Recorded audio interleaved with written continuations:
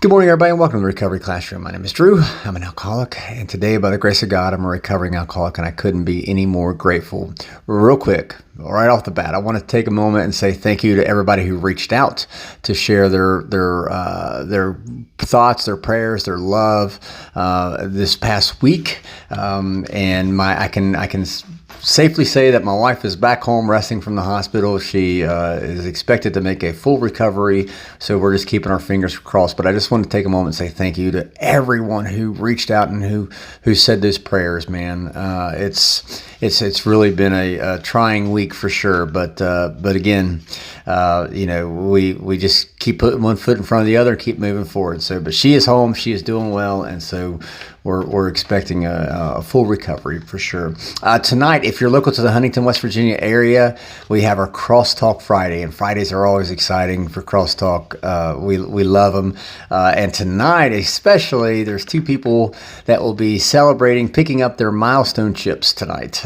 Eric, I like to say Eric is really the guiding brains. He's the one that keeps us all in check, just making sure we're thinking through things.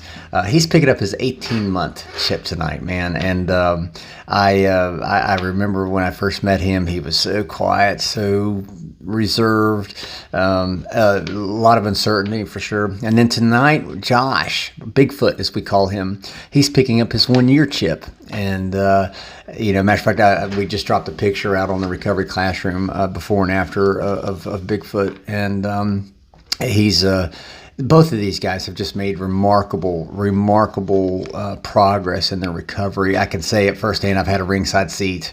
I've had floor seats right there on the sidelines, man, so to see it.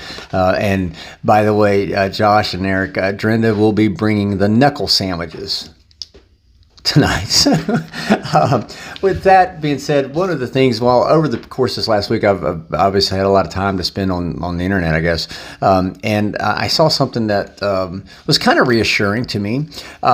You guys have heard me complain how sometimes, although like in AA, one of the traditions, the 12 tradition says, we put our principles before our personalities, and of course we tend to forget that as a fellowship in AA because, we are more concerned with making sure that when people come in, they follow the traditions of AA. They follow the traditions of the group that the group sets. And I get the whole when in Rome thing. I do. I truly do. And even in our crosstalk meetings, we have general rules. But there are rules of how to function immediately within the conversation.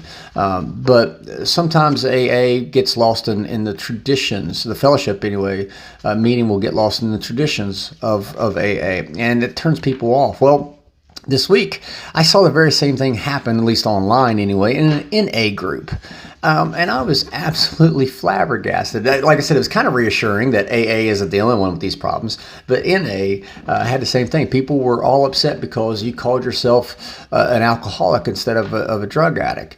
And again, I can attest to seeing it firsthand in AA. People would get upset in AA because you called yourself a drug addict. And I often wonder, I was thinking about this morning, I often wonder if maybe Josh, maybe Bigfoot, maybe Eric, maybe they saw that type of behavior, that type of you have to do it our way. And maybe that's what, prevented them from coming into a program sooner. I know for me, whenever I first came in the rooms of AA anyway, I saw, I heard all this God talk, and that really turned me off right away. Just sent me right out the door. I didn't stay around long enough to understand that they weren't talking about the God from my childhood. But I want to encourage folks today, don't get so wrapped up in your traditions of how the group is supposed to operate. At the end of the day, we're all trying to accomplish the same goal, which is to communicate a message to as many people as possible, to let people know that you don't have to die a drug addict. You don't have to die a drunk. You can have a relatively decent life, but you have to make that decision. And I see so many times people coming into the rooms and they see that, well, you have to read this and you have to read that and you have to do it this way. See, that's the problem in recovery. One of the biggest problems in recovery, I think, is if I'm too busy telling people how they have to recover, especially guys that I'm sponsoring, if I'm too busy telling them how they have to recover, don't they kind of miss the whole point of recovery in the first place? It's their program, not my program. Yeah, I don't own AA. I don't own NA. I don't have any rights. So who the hell am I to tell them how they have to recover? And that's what I love about the crosstalk meetings. See, people come there voluntarily. Nobody's forced to come. We don't go out and forcefully drag people to the meetings. They've exploded. People are showing up because they're starting to realize that, hey, I can recover. One, the most important thing, I can recover. And two, I can recover in a way that works for me. They don't have to recover my way. They don't have to recover Eric's way. They can recover however it works for them. Sure, absolutely. We do encourage them. Find a 12-step program. Find any program that works for you. Any program. That's all we encourage. But that when folks come in and they don't see the divisiveness, they don't see the division within, well, you have to do it this way. You can't crosstalk. You can't do this. You can't do that. You have to do this. I digress. Sometimes we just get so caught up in the rules that we forget the primary objective. We miss the point. I always say, what's the point, right? What's the point? Well, the point is to reach as many people as possible, to connect and engage with all those who suffer from substance use disorders, and to communicate to them a message of hope, healing, and restoration, not a message of, you have to do it my way. So with that being said, I will let you guys go. It's an early morning and I have a 5K I got to go run today. So I want to thank you guys for letting me come in and share 5 to 10 minutes of your day with you. You guys absolutely keep me sober, and I cannot be any more appreciative.